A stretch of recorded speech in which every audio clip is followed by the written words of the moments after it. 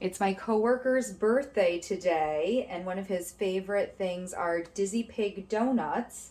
But Glazed and Confused is not open on Mondays, so I'm going to try to recreate a Dizzy Pig donut, but in cupcake form. I'm using Sally's Baking Edition, her vanilla cupcake recipe, and I'm just going to add some nutmeg to the base and make a maple frosting, and I've got bacon in the oven for the topping. So in my bowl I've got 1 stick of butter and I'm going to cream that. It's kind of at room temperature. I've had it out for, I don't know, half an hour or so. And to that, I'm going to add 1 cup of sugar, which is 200 grams, and we're going to cream that together for about 2 minutes.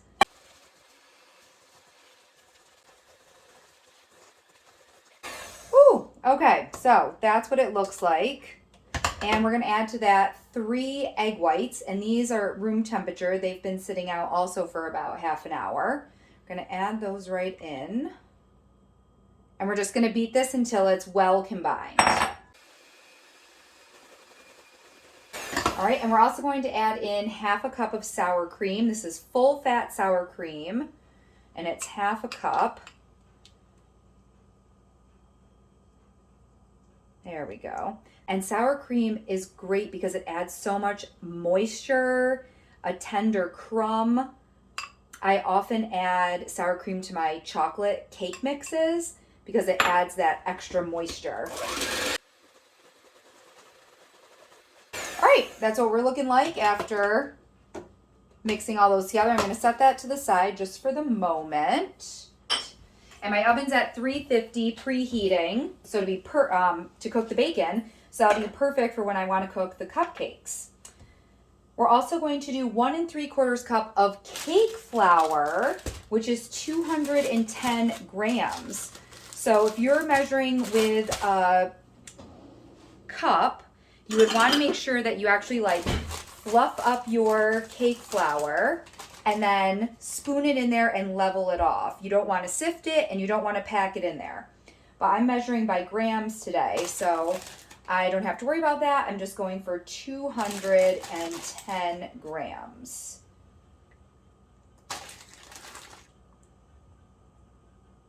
Getting close. Sprinkle. How are my scale eyes? Oh, not quite enough. There we go. There we go. 210 grams. 1 3/4 cup. And again, this is from Sally's Baking Addiction. It's her vanilla cupcake recipe. So if you don't get these measurements, that's okay.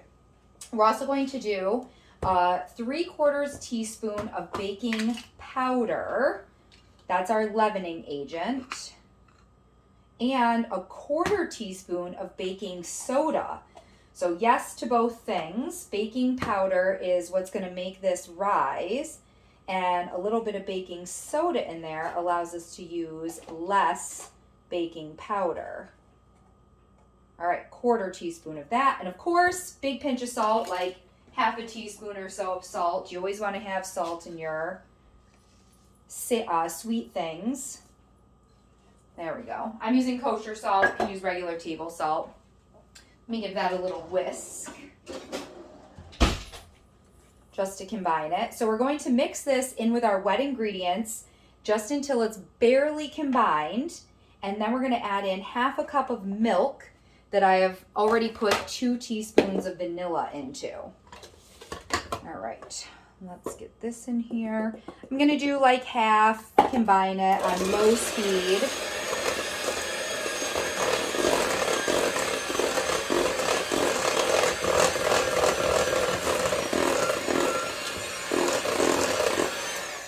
Oh, and I also want to add in my nutmeg. So this is the addition that I'm putting in to make it like donut batter. I'm going to do half a teaspoon.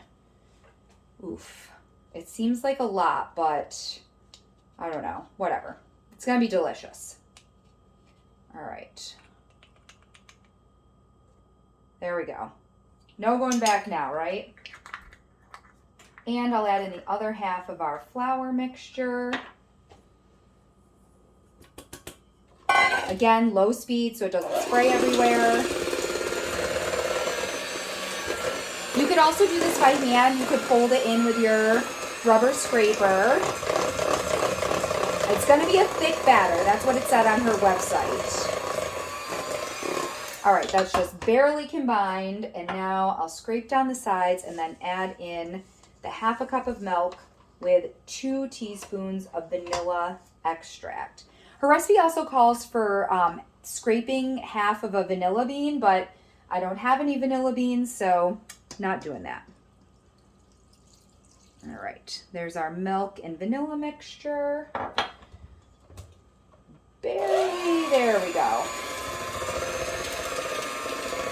So just help us combine it.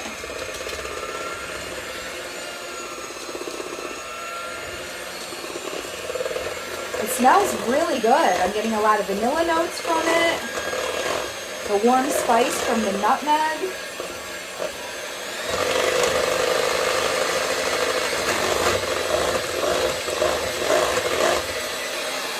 All right, that looks pretty darn good. I'm going to give one final scrape with my spatula, going along the bottom, making sure there aren't any lumps hiding down there. And there's what our beautiful batter looks like. Let's get these into some cupcake liners. Get all this out of our way. So her recipe, she said it's 14. I've made some of her stuff in the past before, and I'm pretty sure it's going to do more than 14 cupcakes. So I've prepared, I have these in liners because, again, I'm going to bring them to school for this birthday, and then I can leave some home too. So I put 18 liners out because I'm feeling like probably that's what we're going to get. I like using my large scoop so I get even amounts in all of my cupcake liners. And her directions were to fill it 2/3 full. So, I don't know. It looks like a scoop is doing about that. So, we will see. Time will tell when I actually bake them, right? How much they puff up. That's why you don't want to fill the cups too full, or else you're going to have an explosion. Let's get this out of the way for a minute. And then it's hard to remove the cupcakes because they ooze over the side and then they stick, and then you have those like weird, you know, the big tops. You know what I'm talking about, where they ooze over the side? It always looks kind of odd. All right, easily getting the 12 to 14 out of it that she said we would. Let's see how much more we can get out of it. So there's 11, 12. Oops, I am dripping a little bit, which is why I like using the scoop, because usually I don't, but it's dripping off my bowl. So that's 13. All right, there's the 14 that she said. I think 15, 16. I bet we get 18. I bet we get 18 right out of this. Nice full scoop, and switch to the scraper. Maybe she has deeper muffin tins than I do. Maybe that's how she only gets 14. Look at that. Perfect. Is there any that look a touch low? The thing that's nice about using the scooper is that everything should be pretty even. You know, if you're getting it right to the top, there really shouldn't be any that you're like, oh, how did I mess up that one and make it have so little batter in it? Because the scoop just helps you portion it so perfectly. We'll just add a touch to any of that. All right. These are going to bake for 20 minutes, it says, and I'll show you what those look like. I can tell my cupcakes are done when they're nice and springy. So I just press a little bit on them, and when they bounce back, they're done. While the cupcakes cool, I'm going to make the buttercream frosting. And I did get out my stand mixer for this, and you can see I actually have it fitted with the whisk attachment, not the paddle, because I want to whip air into this buttercream to get it really light and fluffy. My rule of thumb measuring for buttercream is 1 tablespoon of butter to 1 ounce of powdered sugar. So 2 sticks of butter is 16 tablespoons, and I've measured out 16 ounces, which is a pound of confectioner's sugar. And you might have to mess around with that ratio just a tiny bit. If your butter has more moisture in it when it was processed than it normally does, or if the air is very humid, you might find your buttercream's a little stickier and you need to add more confectioner's sugar to it. But that is a great ratio just for when you're trying to make a large cake and you want to have enough frosting. It's really easy to ramp that ratio up or down. So I'm just going to start by whipping this butter and get it really soft and mixed. And I'm going to add a big pinch of salt. I know that sounds weird in your frosting, but we are adding so much sugar to this. Like, you need just a little something to cut that sweetness. And this is going on maple bacon cupcakes, so that little bit of salt is gonna be a really awesome component with this sweet and savory combo. All right, I'm gonna turn this up and really just get that butter spraying on me.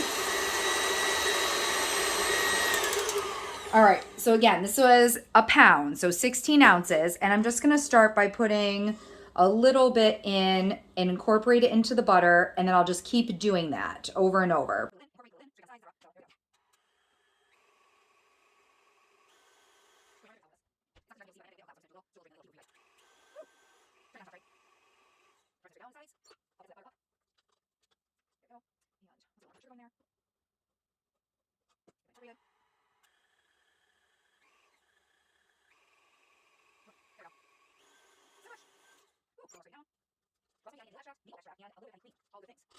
Our last addition of powdered sugar in there. And I'm also going to add my extracts right now. So I don't know. You guys know I don't measure. I'm just going to do like a capful of vanilla. That's probably only like a half or 3/4 teaspoon of vanilla. And some maple extract. Yowzas. Oh, it's like, let's see. Get that lid off. There we go. And maple is intense, so let's just do like that much. And we'll get that mixing, and then I'm gonna drizzle in some heavy cream just to help that start incorporating.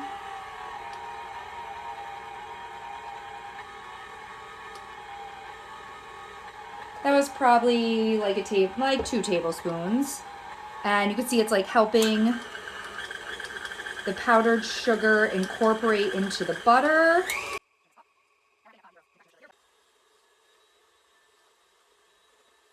All right, I'm gonna do just one more scrape and then another few seconds beating it, and we'll see.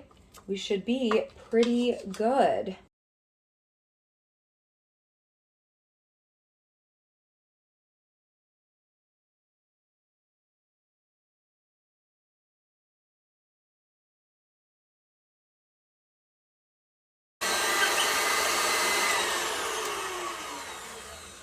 Ta-da!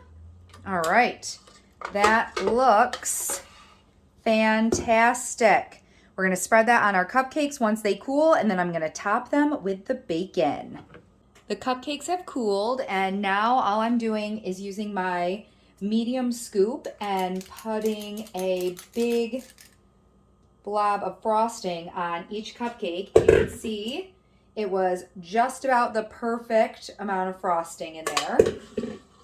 And for each of these, then I'm just going to use an offset spatula and just not even worry about swirling it, just sort of press it down to the outer edge. And I'm fine with it looking a little, rustic, because my next thought is that on each of these cupcakes, I'm going to just put the tiniest sprinkle of salt on top. And then I have my bacon from earlier, and I'm going to cut 6 of the pieces into thirds like that so that I can nestle a piece of bacon right in there. And I have 1, 2, 3, 4, 5, 6. So these 6 will get cut into thirds. And then the other 2 pieces of bacon, I'm going to mince those up. And then I'll have like a little bit of bacon crumb that I'll just sprinkle on each cupcake for a little extra decoration. And I think this combination of sweet and salty with that maple frosting, the cupcake has that addition of the nutmeg in it. It's just gonna be perfect. So we'll just do a few little sprinkles like that on there. Amazing! Tell me you wouldn't just love to scarf that right down. Delish. Happy birthday, Joe.